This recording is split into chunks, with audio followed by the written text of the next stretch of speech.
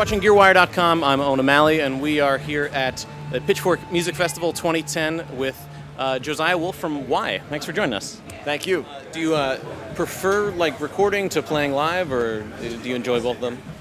I like both. Yeah, I'm ready to do some recording now because I haven't done it in a while. But you have to have a balance. When I was recording a lot, I'm sure I was ready to play some shows in front of people. So. Do you, I guess when you're sort of writing your own stuff, do you write it sort of as you're recording it? Do you kind of demo things for yourself before actually kind of going to a cabin or wherever? It depends on the song. There was most of the songs that I demoed first, and I tried to record them, and they didn't come out right because I did everything in the wrong order for those songs.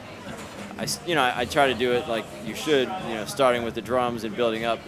I just couldn't sing on, my vocals were, I'm kind of a new singer, and I don't know, the only way I could sing the songs right were to play them with just acoustic guitar and sing along.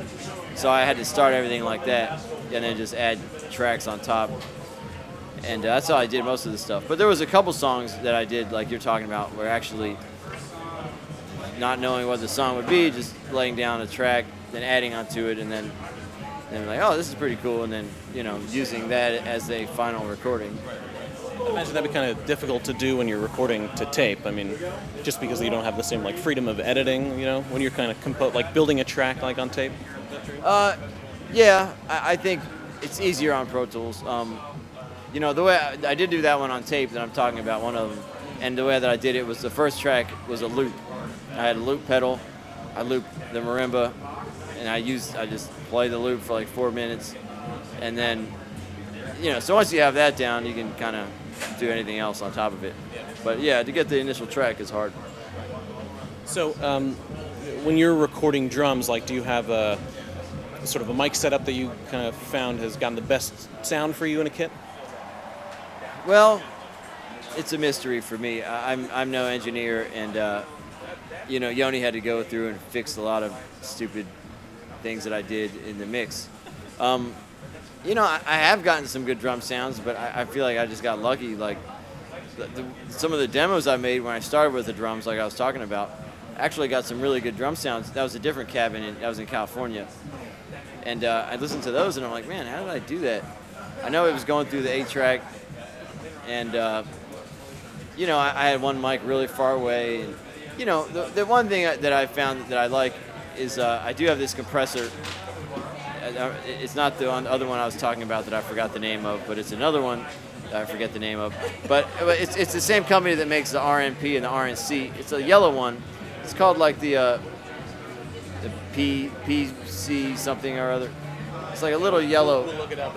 Yeah. So, yeah, I wish I knew all these. Overdub your voice. Yeah. Thank you. But this is a really good one. It's very similar to the Distressor. They kind of market it as this is a smaller, cheaper Distressor that really can hit in that hard sort of way. And it does. I found. I wish I had one for each drum because, I like that sound. That really hard. It really makes it sound like you're hitting the drum super hard. Overcompressed. Yeah. I know it's kind of played out, but I can hear that all day, and it's fun for me to mess with that. So I do like that. But I have trouble getting a kick drum to sound good. I have the D6, I think. Is that the Audix? Audix. Yeah. And I don't know. It's supposed to be a good mic, and people. I'm sure it's just me, but it sounded. A lot of it's my kick drum. It sounded weird from the front, so I tried to actually mic the batter head, and it sounded kind of cool, but my brother was going through it, and he's like, no, this isn't right. Do you have a port cut in the front of your kick? Yeah, well, for that time, I only had one head. On just the batter head, I didn't even have a back head in front, whatever, the other head.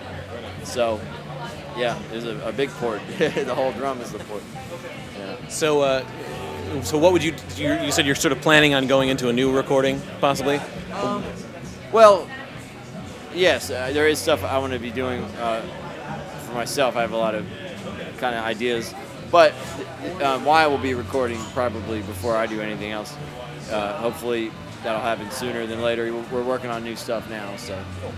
And I'm not sure the process for that recording. My brother has all different ideas, but we'll see. He wants to use tape, 2-inch tape. That's what we did for the last 2 records. For when you're taking the stuff that's, it's the 3 of you, I guess, sort of, or I guess 5 of you for the last record.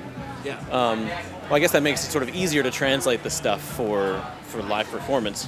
Or is it sort of like more of layered stuff? Is it harder to? Do you find yourself throwing out elements of songs when you sort of like take them in front of an audience? Not so much now. I think you're right. It's easier because it's the same players that recorded it, and we didn't do that much overdubbing. We did some, but it was a lot harder when it was just the 3 of us. We had to definitely pick and choose the most important parts.